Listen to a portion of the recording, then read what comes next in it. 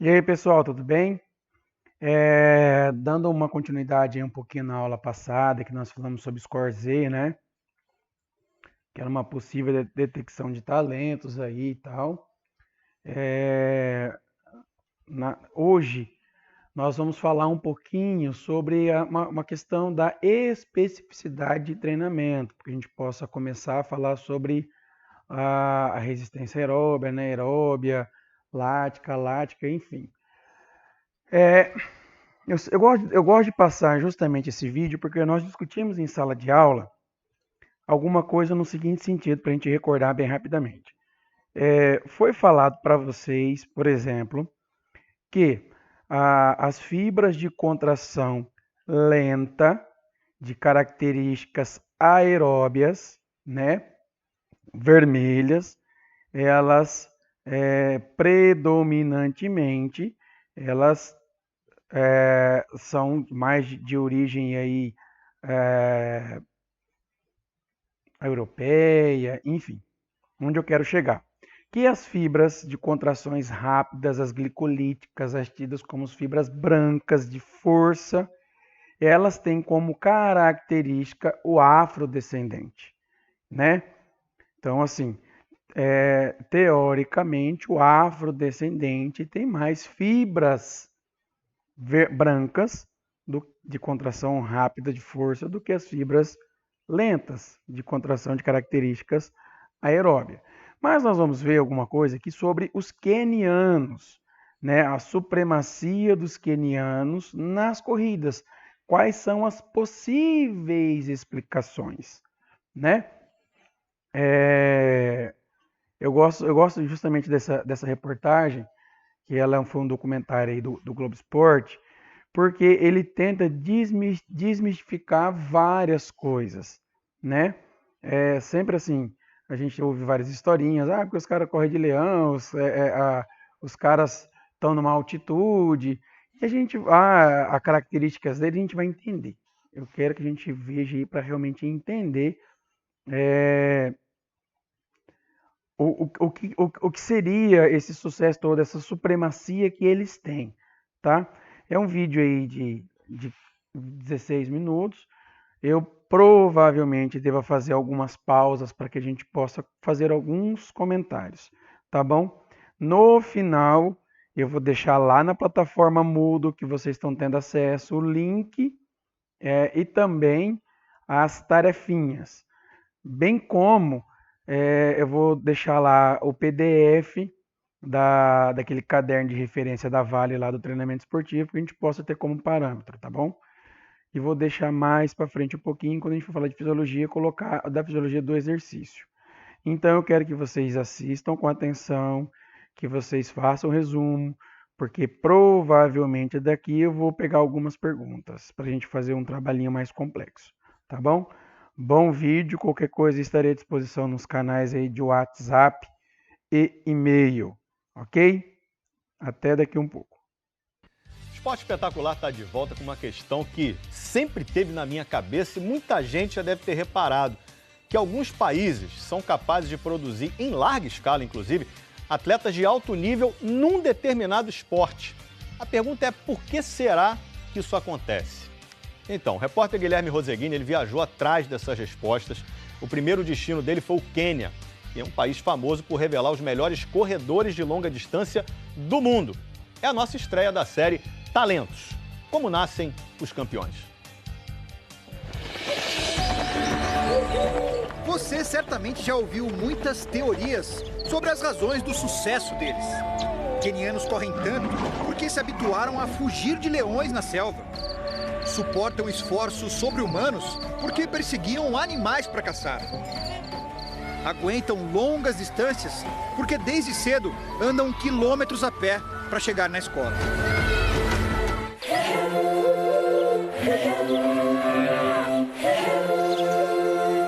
Passadas de geração em geração, histórias assim viram lendas e saciam nossa busca por respostas diante de algo difícil de compreender. O mundo inteiro corre, mas os quenianos correm melhor. São pobres, não têm estrutura e mesmo assim estabeleceram um domínio sem precedentes na história esportiva.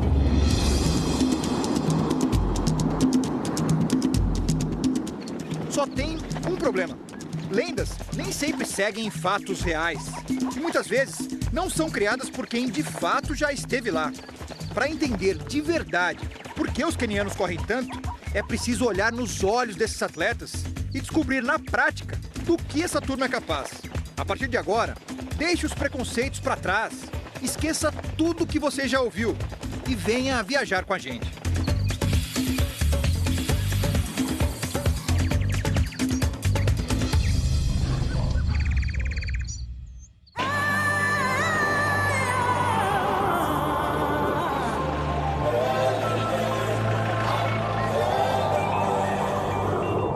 Cara, já tire da cabeça a ideia de que no Quênia existem corredores em todos os cantos. Na maior cidade do país, por exemplo, só se vê carro. Nem nos espaços dedicados ao esporte eles costumam aparecer. Esse é o estádio Nyayo, o principal palco do atletismo queniano, que fica na capital, Nairobi. Só que ele permanece a maior parte do ano assim, totalmente vazio. É mais fácil a gente ver pássaros do que atletas aqui. Isso é surpreendente para nós, forasteiros, porque a gente sempre pensa que todos os quenianos correm. Mas os locais dizem que os bons de corrida mesmo são apenas os integrantes de uma pequena tribo, os Kalenjin. E para encontrá-los, é preciso ir bem longe daqui.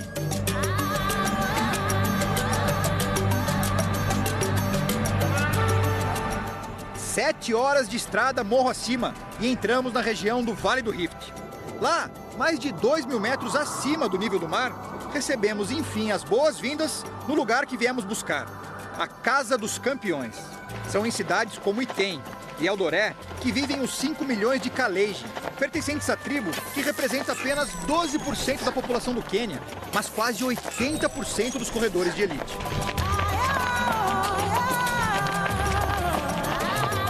Dessas ruas de terra, brotaram atletas como Kipchoge Keino, um dos primeiros rostos dessa revolução esportiva. Nos Jogos da Cidade do México, em 68, ele venceu a prova dos 1.500 metros e foi um dos primeiros quenianos a apreciar a vista do alto de um pódio. Nos anos 60 ainda éramos colônia. Só conseguimos independência dos britânicos em 1963. Mas desde aquela época, plantamos a semente do atletismo nas escolas. Eu aprendi a correr no meu colégio. O estudante corredor nem imaginava que seria inspiração para tanta gente. Em pouco mais de 50 anos, o Quênia conquistou 79 medalhas olímpicas em provas de corrida no atletismo, sendo 24 de ouro. Não por acaso, Keino virou o ídolo. Hoje, preside o Comitê Olímpico Queniano e segue acreditando na mesma fórmula que o fez brilhar. Desde os meus dias de atleta até hoje, nosso foco tem sido investir nos jovens e desenvolver os talentos nas escolas. É por isso que você vê tantos quenianos correndo bem. E nós estamos bem servidos. Não vamos parar. Basta ir a um torneio dedicado à molecada para perceber que Keino não está blefando.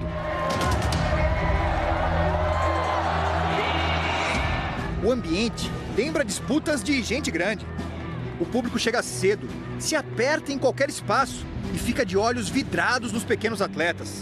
Tênis, acredite, é artigo de luxo, preservado nas mãos, para ser utilizado só na hora H. E a maioria nem pode contar com isso. Vai assim, de pé no chão mesmo, e ninguém reclama das dificuldades. Se não há roupa adequada, correm com um vestido de festa. Quem cai, levanta. Não dá para desperdiçar a chance de ser descoberto, de deixar essa dureza para trás. Segundo o Banco Mundial, um queniano tem 1/10 da renda média de um brasileiro. Nesse cenário, a corrida vira um passaporte para uma vida menos sofrida. E eu não estou me referindo só aos milhares de dólares que os profissionais podem ganhar, não. Nessa competição, por exemplo, que reúne 3.000 atletas a partir dos 6 anos, os prêmios para os vencedores são sacos de arroz, de batata e até uma vaca. Pode parecer estranho para muitos brasileiros, mas aqui isso significa muito.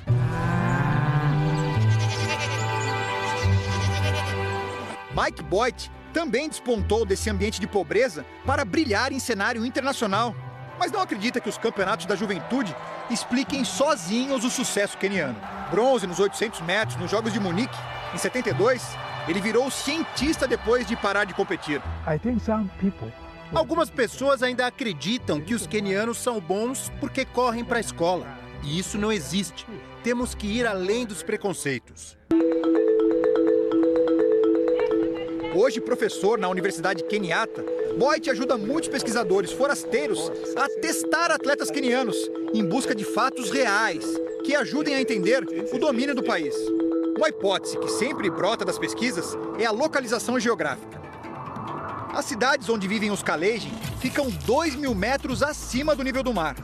Crianças nascidas e criadas na altitude têm proporcionalmente pulmões mais largos do que quem vem de locais mais baixos. Pulmões amplos permitem que o oxigênio passe com mais facilidade para a corrente sanguínea e alimente os músculos durante o exercício. Na teoria faz todo sentido.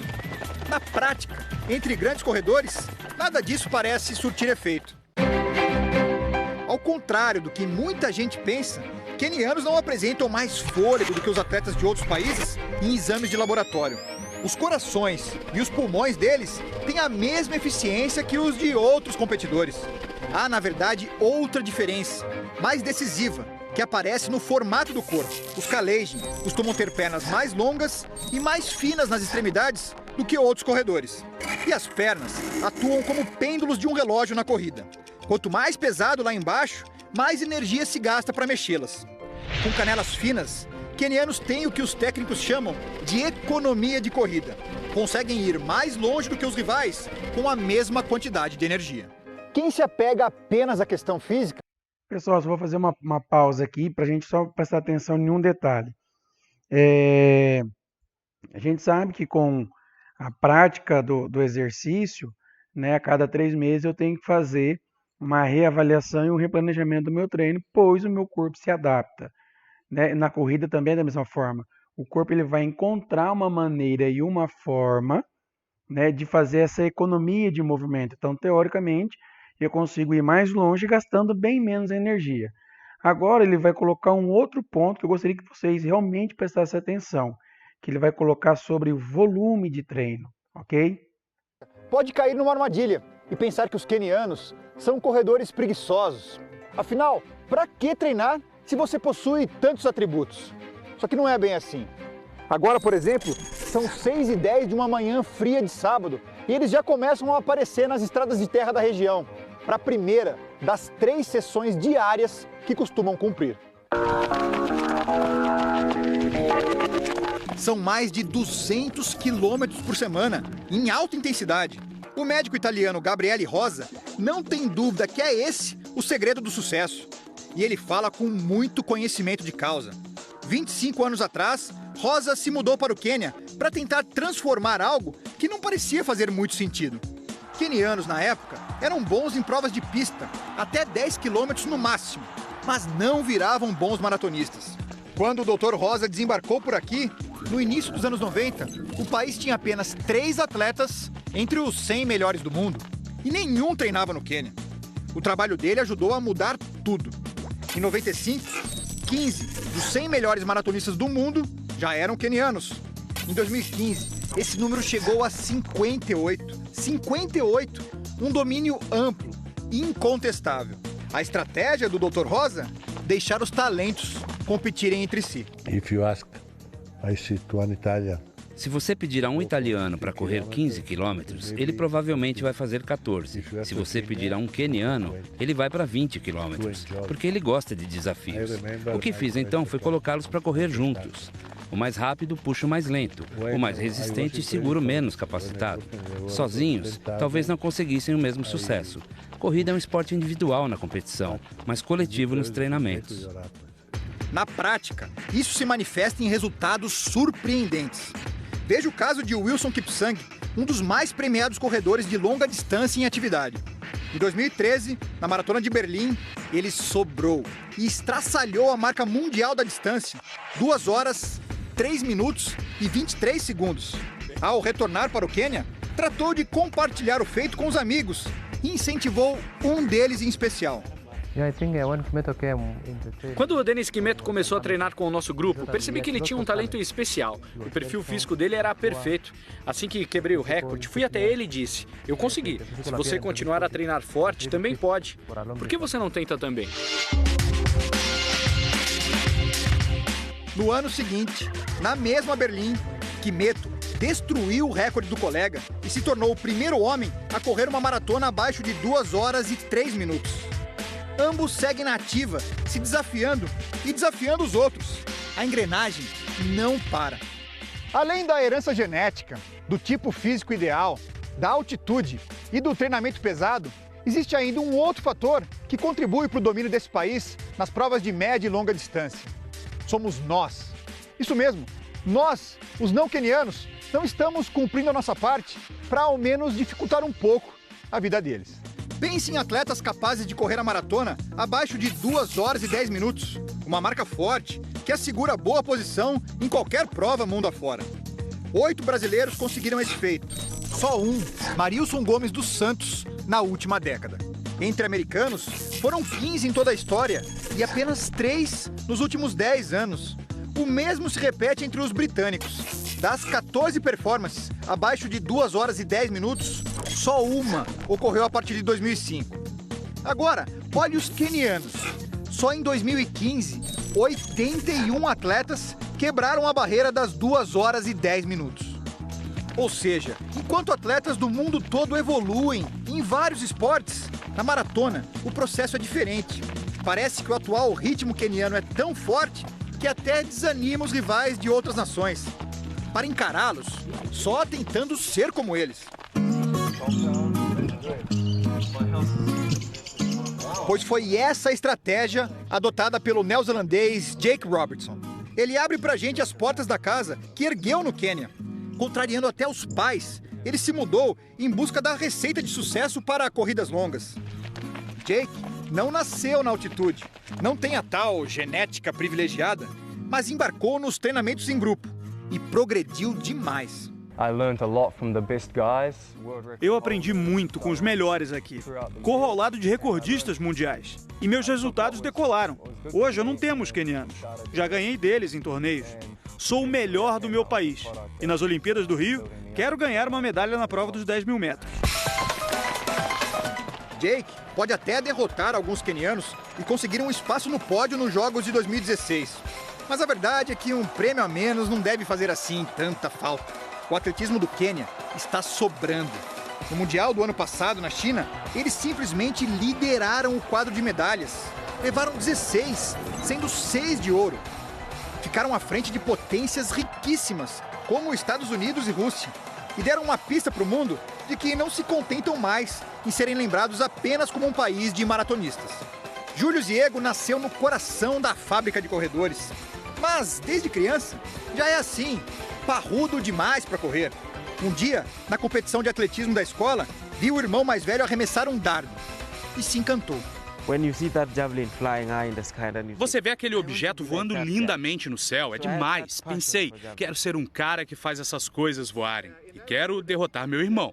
O irmão ficou para trás, assim como todos os outros competidores do país. E Diego não se deu por satisfeito, queria mais.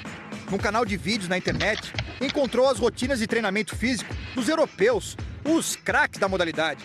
Passou a imitá-los, progrediu. Ganhou então uma bolsa para treinar com um técnico finlandês.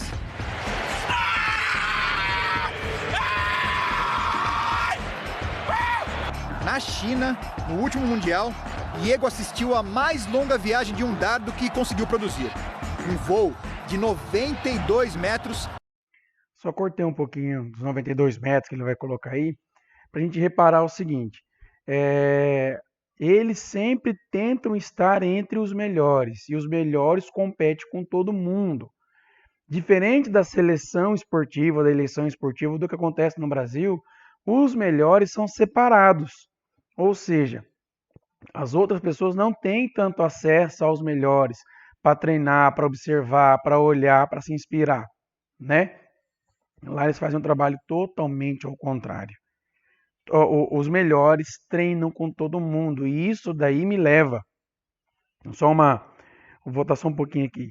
mas só para a gente entender, eu quero que isso fique bem claro até para a vida da gente. Se numa mesa de 5 pessoas eu for a mais inteligente, eu mude de mesa. Por que isso? Porque eu não vou absorver, não adianta eu sentar num local, seleção para nós aqui, para coisa e para a vida, sentar num local onde eu sou mais inteligente, eu vou vomitar isso nos outros. Eu não vou aprender nada, os outros vão me sugar. Eu tenho que sair dessa mesa, encontrar pessoas que sejam melhores do que eu. Tá entendendo? Então eu provoco vocês toda vez em sala de aula para isso, para que nós possamos ser melhor. Vocês sendo melhores me obrigará a ser melhor também. E todo mundo cresce, tá? Então observa isso, a questão da especificidade do treino, observam esses detalhes aí do vídeo, tá? Tá acabando. Na China, no último Mundial, Diego assistiu a mais longa viagem de um dardo que conseguiu produzir. Um voo de 92 metros e 72 centímetros. Medalha de ouro, a primeira do Quênia numa prova de campo no atletismo. Nós temos potencial não só para um esporte, não só para correr. O Quênia, como o Brasil, temos muita gente boa. Precisamos só aprender a garimpar os melhores e aplicá-los nas modalidades corretas. Tenho certeza que podemos crescer demais. Só que esse crescimento também tem um outro lado, bem menos nobre, o da trapaça. O Quênia está sendo investigado pela Agência Mundial Antidoping. Foram quase 40 casos positivos nos últimos 3 anos. E outros devem vir à tona nesse processo, que está em curso. Vai ser preciso expulsar muita gente e investir pesado em controles de doping para limpar tanta sujeira.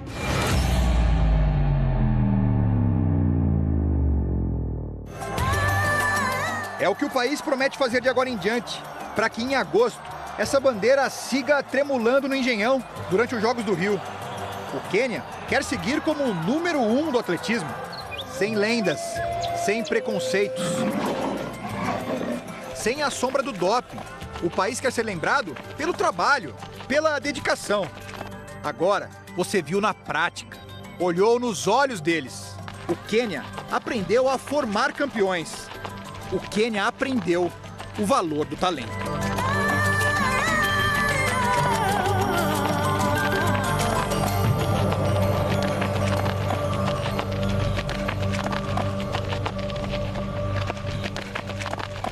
Bom, aí assim, no finalzinho ele colocou a questão do doping, né?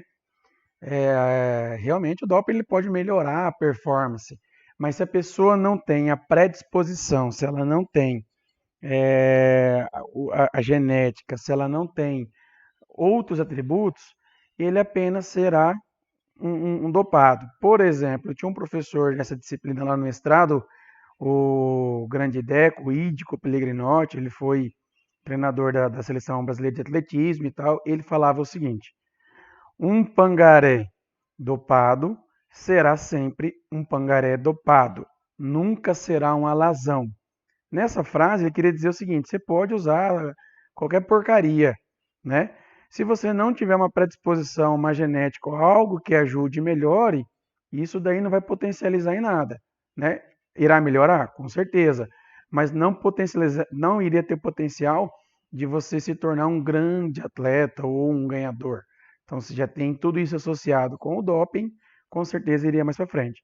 E eu sempre falo e vou bater na tecla: partiu para o alto rendimento, esquece saúde. Envolveu o dinheiro, esquece saúde, tá? Então, quero que vocês façam um resuminho desses pontos importantes aí que nós acabamos de ler, porque isso aqui envolve a questão do volume de treino, né? Da especificidade, da qualidade do volume de treino, para a gente debater nas outras aulas aí que virão, tá bom? Vou subir lá para a plataforma Moodle, também subirei essa aula agora pro YouTube. Assistam, ok? Aproveitem o tempo de vocês. Só vou aproveitar rapidamente aqui para falar uma coisa. A gente já está com o pezinho lá fora, né? Já estamos quase se formando. Ontem surgiu algumas dúvidas e, ai meu Deus, enfim. Para de ser o pessimista. Vamos aproveitar esse momento que é incerto, momento que a gente está aprendendo junto com essa doença, com essa pandemia, e tirar alguns proveitos. Aproveite que você está dentro de casa há mais tempo, leiam, estudem, façam as aulas, tirem as dúvidas, perturbem nós, professores, no bom sentido, com as dúvidas de vocês, tá? Encha os nossos e-mails e WhatsApps aí com perguntas pertinentes para que nós possamos responder. Não é férias. Eu acredito, isso não é informação oficial, mas eu acredito que as nossas férias virão mais cedo. Nós acabaremos o semestre mais cedo. Então, assim, aproveita que vocês, quem viaja, não está viajando, não está gastando dinheiro com ônibus, né, que está tendo uma certa economia. Então, aproveita, faça, pague o que tem que pagar. A faculdade, por enquanto, não parou, a gente está se desdobrando aí para dar aula para vocês, né?